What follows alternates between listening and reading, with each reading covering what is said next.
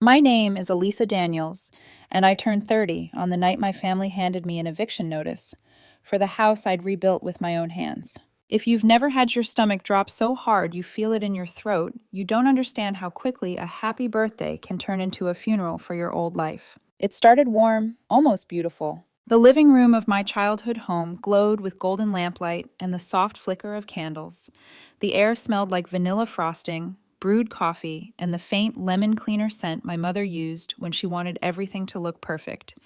Someone had set out my favorite strawberry cake.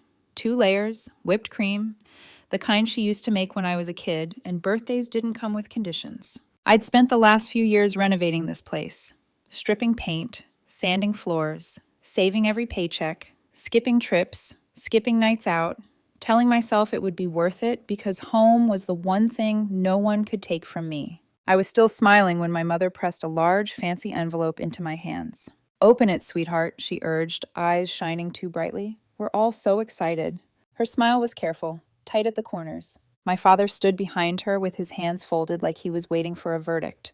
My brother Jason hovered near the fireplace, shoulders hunched, gaze fixed on the rug as if there was something written there that he couldn't bear to read out loud. And then there was my cousin Stella. Stella sat perched on the arm of the sofa like she belonged there more than anyone else, dressed in a crisp white blazer and heels that clicked when she crossed her legs. Too polished, too formal, like she was attending a corporate meeting, not a family birthday. When our eyes met, she gave me a small, composed smile, the kind you give a person when you already know how the story ends. "Come on, Elisa," Stella said, her voice sweet enough to make my teeth hurt. "We haven't got all day." A small laugh bubbled out of me, nervous and automatic.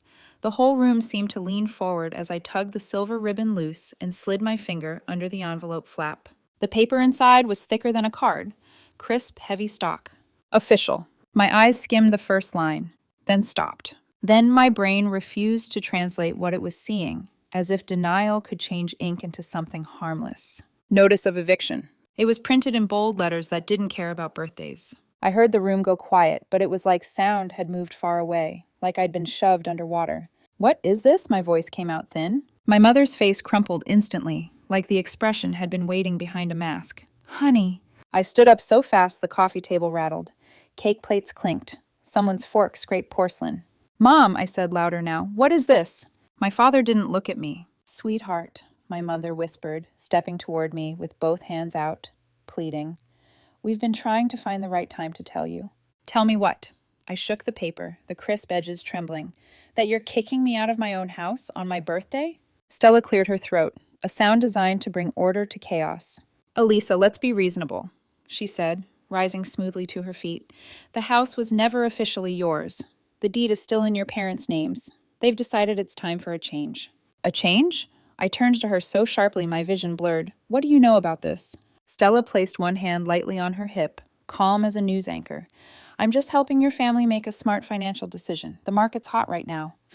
Something inside me snapped. Not fully, not yet, but enough to let anger leak through shock. "This isn't some investment property," I said. "This is my home. I restored it. I paid for it. I lived in every dusty, half-finished room, while the rest of you showed up only when the place looked pretty." My brother finally moved, stepping forward half a pace. "Alyssa, maybe we should talk about this privately." "No." My voice cut through the air like a blade. I slammed the notice on the coffee table hard enough to make the candles wobble. "I want answers now. Mom, Dad, why are you doing this?" My father swallowed. "There have been concerns." "Concerns?" I laughed, but it sounded wrong, like the sound belonged to someone else. "About what?" "I improved this house. Look around you. Hardwood floors. Updated wiring. Restored trim. New kitchen." Stella lifted a finger gently, like a teacher correcting a child. "With questionable contractors," she said. "There were noise complaints, unauthorized modifications. The neighborhood association sent documentation." "That's a lie." The words came out sharp, desperate. "Every permit is in my files. Every approval, every inspection passed." My mother's eyes darted away. My stomach turned. "You didn't even check," I realized, voice dropping. "You didn't ask me." My mother's mouth opened, but no sound came out. "Who complained?" I demanded. "Name one neighbor." My father's jaw tightened. "Stella handled the paperwork. She showed us." Of course she did, I said, bitter enough to taste metal. I turned to Paisley, my best friend, standing rigid near the doorway like she wanted to intervene but didn't know where to put her hands. Paisley, tell them. Paisley stepped forward, chin lifted. Everything Elisa did was by the book. I've been here for the renovations. I saw the permits. I helped her file some of them. My family's faces stayed fixed, like they'd rehearsed this scene and didn't want to forget their lines. My mother reached for my hand. Sweetie, you have 30 days to... I jerked away so hard her fingers curled around empty air. 30 days, I repeated, barely breathing, to leave on my birthday. The room spun, not dramatically, just enough to make me feel unsteady in my own skin. I looked at Jason. You knew? His face tightened. You knew, I repeated, and it wasn't a question. Jason's eyes glistened, guilty. I found out yesterday. Mom and Dad swore me to secrecy. They said Stella had proof you were struggling, that you were cutting corners. I stared at him, a hollow ache blooming behind my ribs. And you believed her? No, he said quickly. I didn't, but... Elisa, I didn't know what to do. I turned back to Stella. Her expression was perfectly controlled, but there was a flicker in her eyes. Something like triumph quickly smoothed away. That flicker told me everything. This wasn't about concern. This wasn't about paperwork. This was about control. I whispered, "Get out." My mother flinched. "Alyssa."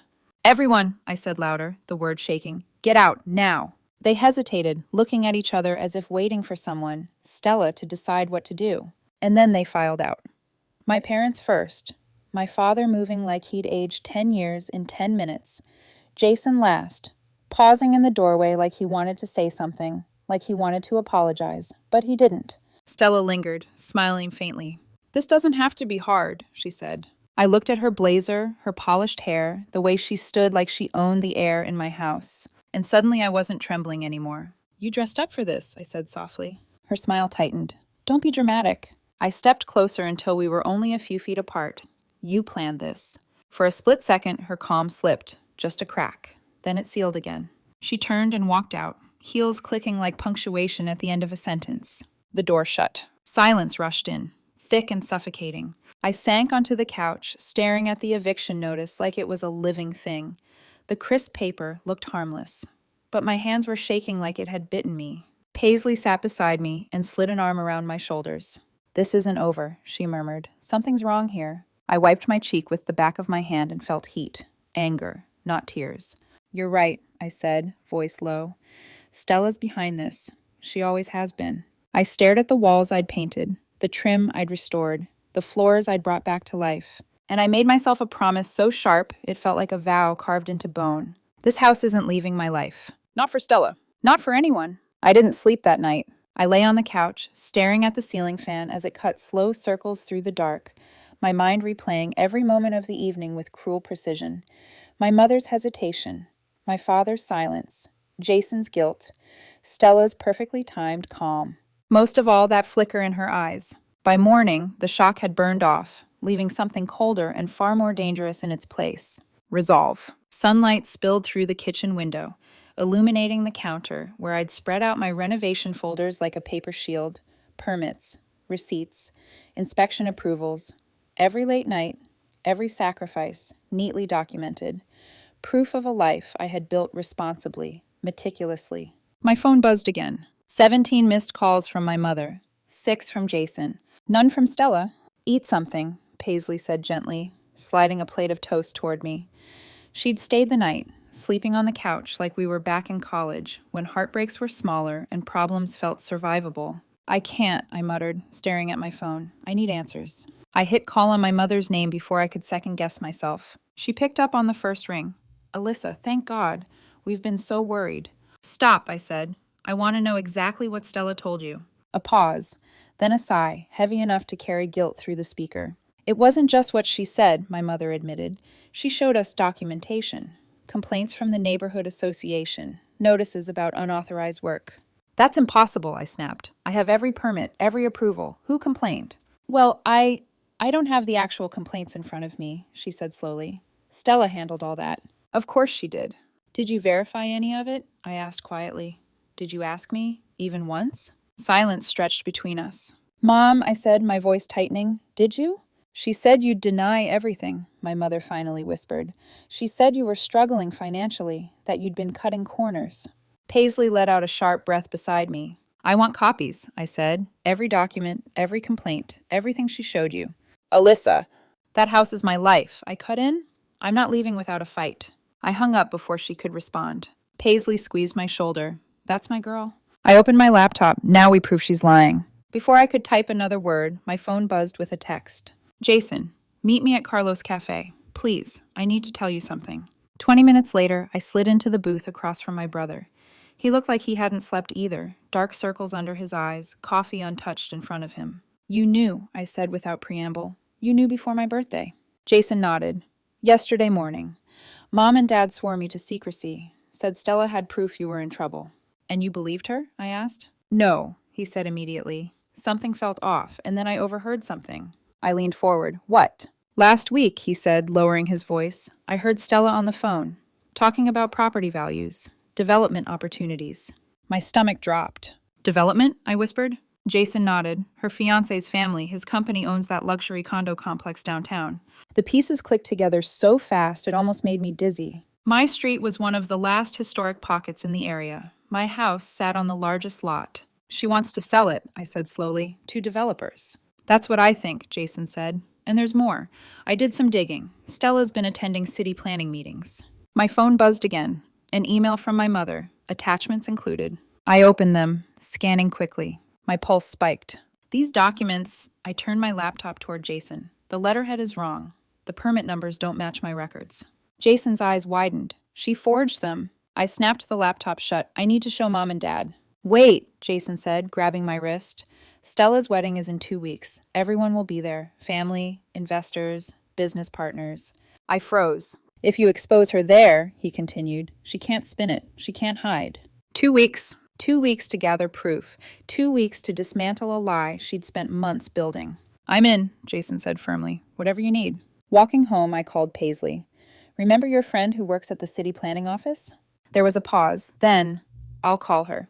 The planning office smelled like burnt coffee and toner. Paisley's friend Amanda slid file after file across her desk, her voice low despite the empty room. These are all the development proposals for your neighborhood, she said, including 3 from Valum Development Group. My hand stopped on a familiar sketch. This, my breath caught. This is my house. Paisley leaned over my shoulder. Look at the date. 2 months ago, before my birthday, before the eviction notice, before everything.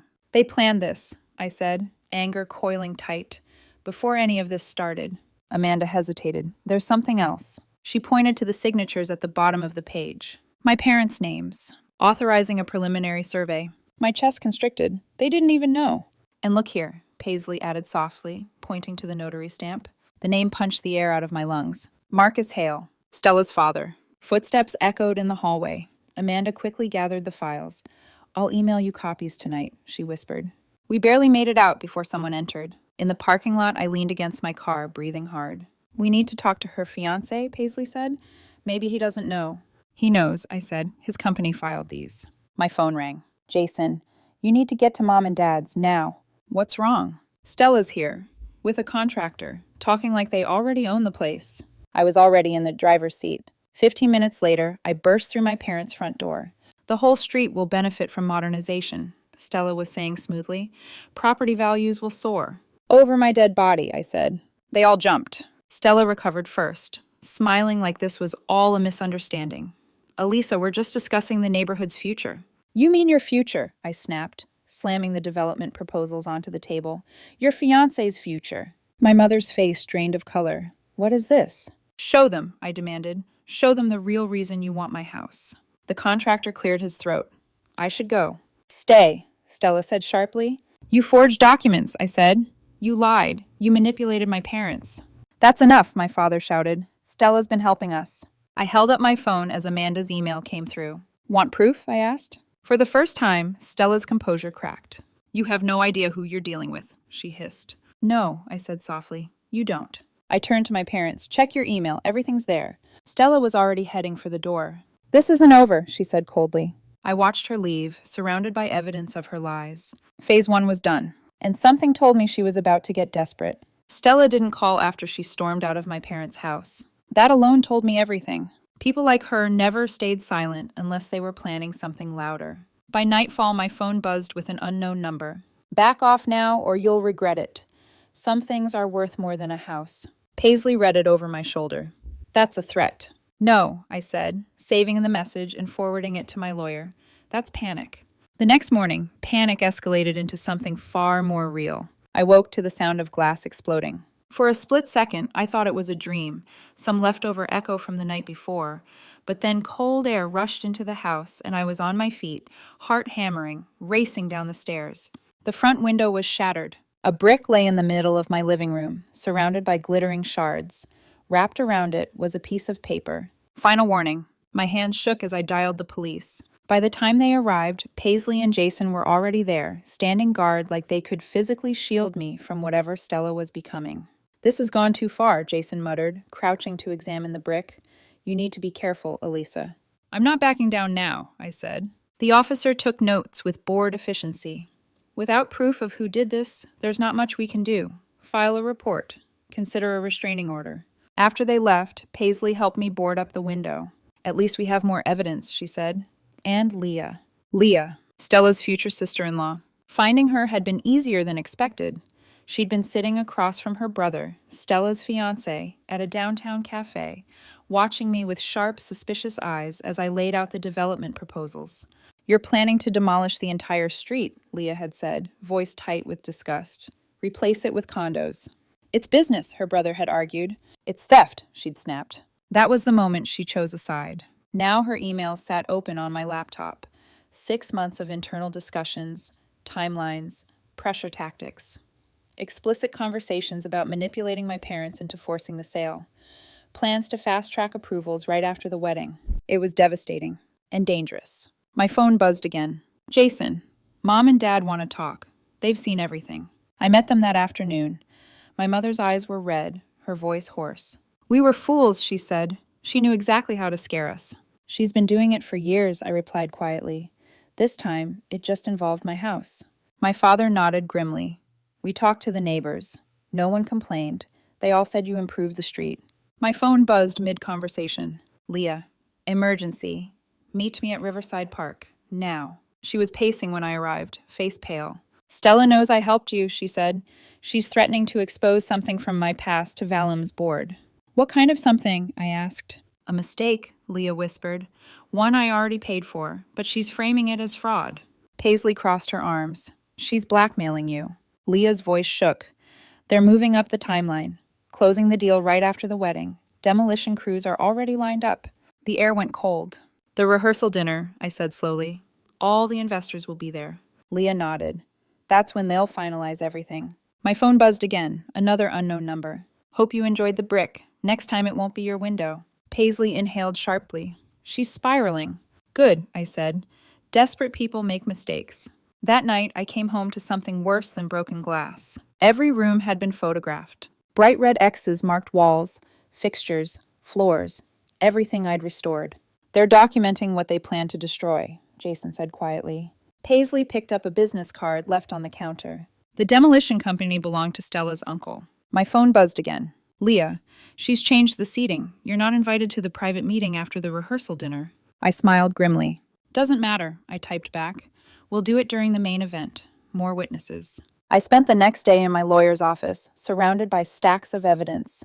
This is criminal, she said, flipping through Leah's emails. Forgery, conspiracy, intimidation. Is it enough? I asked. To stop them? She nodded. And to press charges. My phone buzzed. Last chance to back down. Remember Miami. I showed the text to my lawyer. She barely glanced at it. Document everything, she said calmly, and don't let her scare you. That night I barely slept. Sometime after midnight, I heard footsteps on my porch. My heart jumped into my throat, but it was just my mother, leaving a small package by the door. Inside was my grandmother's antique locket, the one Stella had once claimed I didn't want. I opened it and found a tiny photograph of my grandmother standing proudly in front of the house the day she bought it. I touched the glass, steadying myself. The rehearsal dinner was tomorrow, and Stella had no idea what was coming. The rehearsal dinner buzzed with nervous energy, the kind that comes from expensive wine, forced smiles, and secrets that are too big to stay buried. Crystal glasses clinked. Soft jazz played in the background. Stella sat at the head table in white, radiant and controlled, as if nothing in the world could touch her. Her fiancé moved through the room like a practiced politician, shaking hands, charming investors, selling futures that didn't belong to him. I sat between Paisley and Jason, my grandmother's locket cool against my skin, grounding me. "Sarah's here," Paisley whispered. I looked up to see my lawyer enter with Leah beside her. For the first time that night, Stella's smile faltered. Just for a second. Then she recovered, rising gracefully. "Leah, darling, I was worried you wouldn't come after our disagreement." "Wouldn't miss this," Leah replied coolly, turning to the nearby guests. "Have you met Sarah? She specializes in real estate fraud."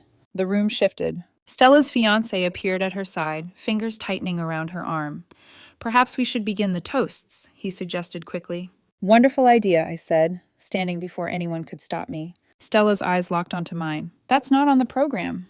"Oh," I replied calmly, "but it should be." I stepped into the center of the room. "I just wanted to congratulate my cousin on her incredible achievements," I said, raising my glass, "especially her talent for planning ahead." Sarah nodded, and folders began appearing on tables, one for every investor, every board member. "Consider it my wedding gift," I continued. Stella lunged forward. "Security." Leah blocked the door. "Let's start with the emails," I said, my voice steady. "Plans to forge documents, to manipulate my parents, to steal my home for development." Gasps rippled through the room. "These are private matters," Stella's fiancé snapped. "Fraud is never private," Sarah replied smoothly. "Neither is forgery. Which brings us to the falsified permits, complete with unauthorized notary stamps from Stella's father." Her father stood abruptly, face red. "Now wait. The ethics board will be in touch," Sarah added. Stella's voice cracked.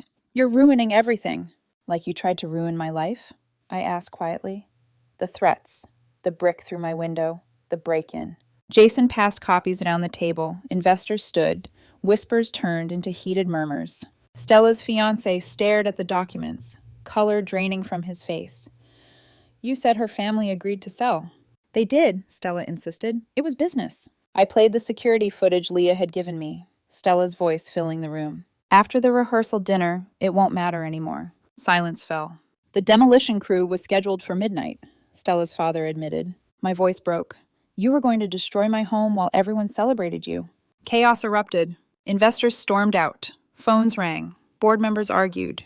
"The development deal is off," Stella's fiancé announced hollowly. "And so is the wedding." Stella collapsed into a chair, mascara streaking, perfect control finally gone.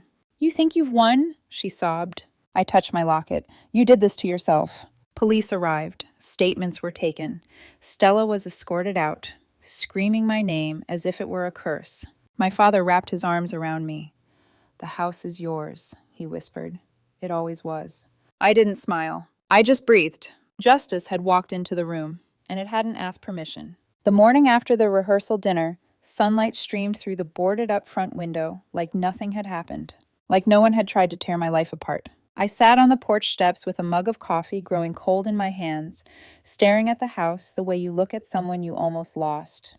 Every crack in the paint, every imperfect line of trim, felt precious now, not because it was flawless, but because it was mine. The news broke before noon. Valum development under investigation.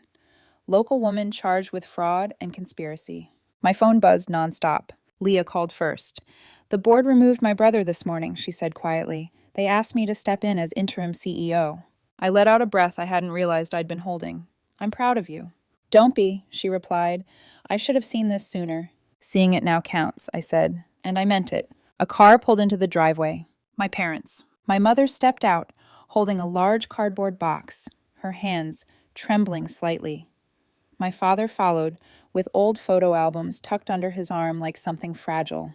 "We went through the attic," Mom said softly. "These belong here." Inside the box were pieces of my grandmother's life, her journals, handwritten recipes, letters tied with ribbon. Things Stella had once claimed I didn't want.